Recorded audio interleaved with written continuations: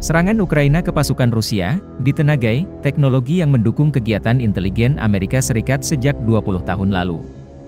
Hal ini diungkap perusahaan analisis data, Palantir. Palantir sesumber pihaknya memberikan Ukraina kemampuan untuk memonitor perang secara real-time.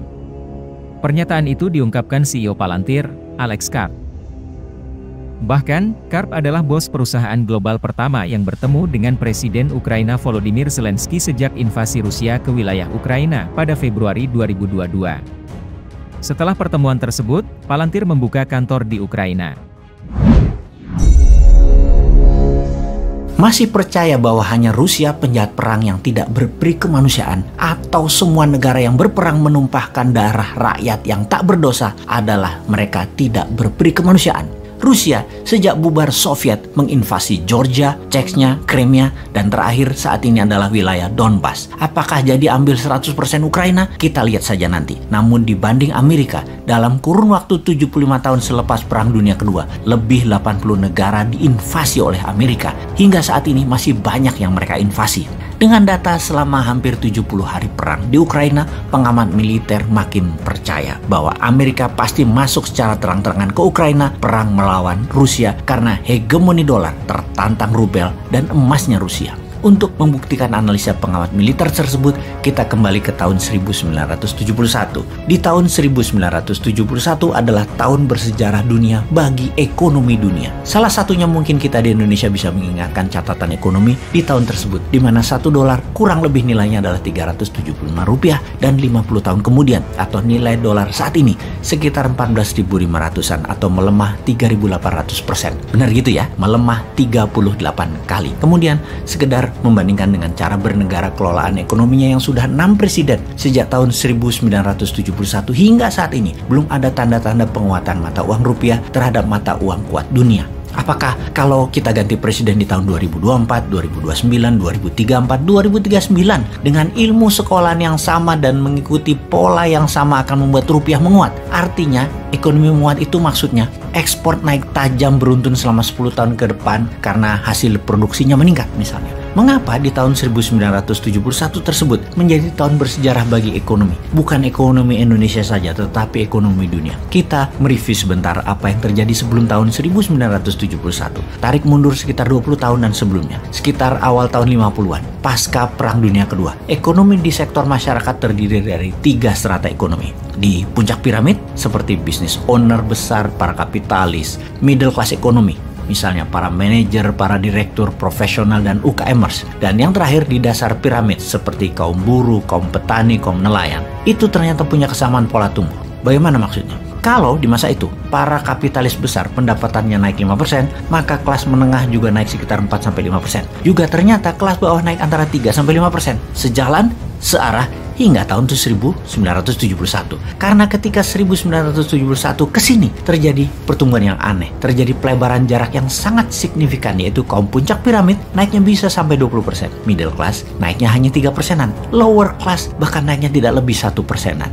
Puncak hasilnya bagaimana? Lihatlah sekarang ini, yang berada di puncak piramid hanya 7% populasi yang menguasai 90% porsi ekonomi dunia atau di sebuah wilayah. Kemudian 23% populasi atau disebut middle class di piramida kemakmuran memegang 7% kemakmuran ekonomi dunia. Lalu di dasar piramida hanya mendapatkan 3% porsi ekonomi, namun merupakan 70% manusia di sana. Apa yang terjadi? Mengapa terjadi? Sebelum kita membahasnya, kita ingatkan, ternyata secara bernegara, sejak tahun 1971 pun demikian. Negara besar menguasai 90% ekonomi dunia, negara menengah atau negara pasar hanya menguasai 7% ekonomi dunia, negara miskin yang biasanya merupakan negara penghasil bahan baku hanya mendapatkan 3% world wealth atau porsi ekonomi dunianya. Sekali lagi kita bertanya, apa yang terjadi?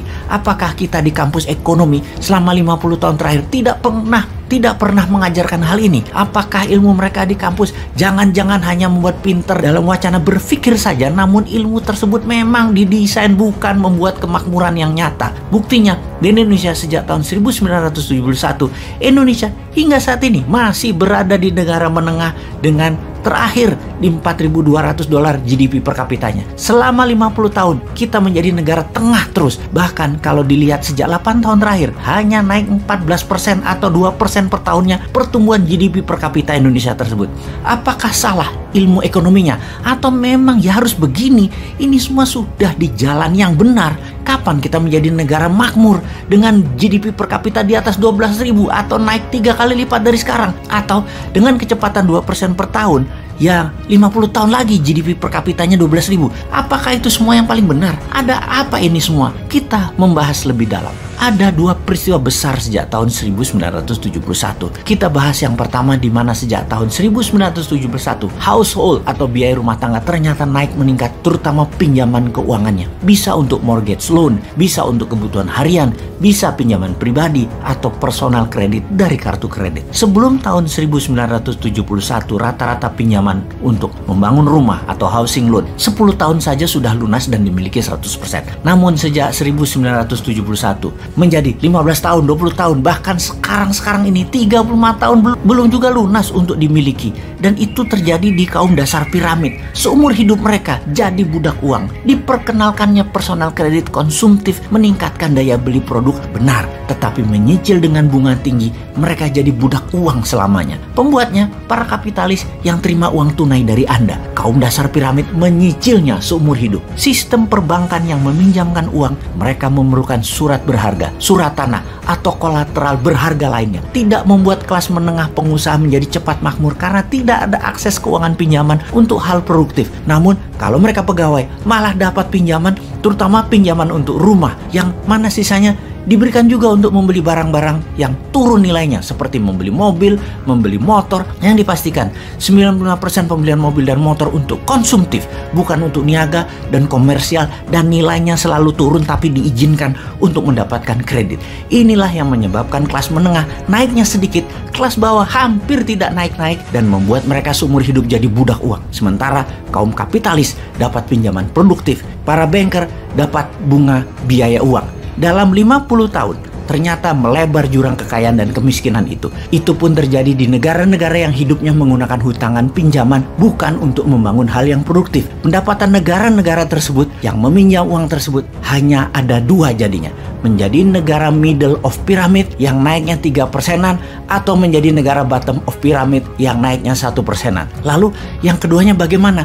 Apa hubungannya dengan Rusia? Bentar-bentar, fahami dulu yang pertama. Terus bayangkan, kepala jangan dibawa ke negara mana-mana, terutama negara Wakanda, jangan dibawa ke sana ya.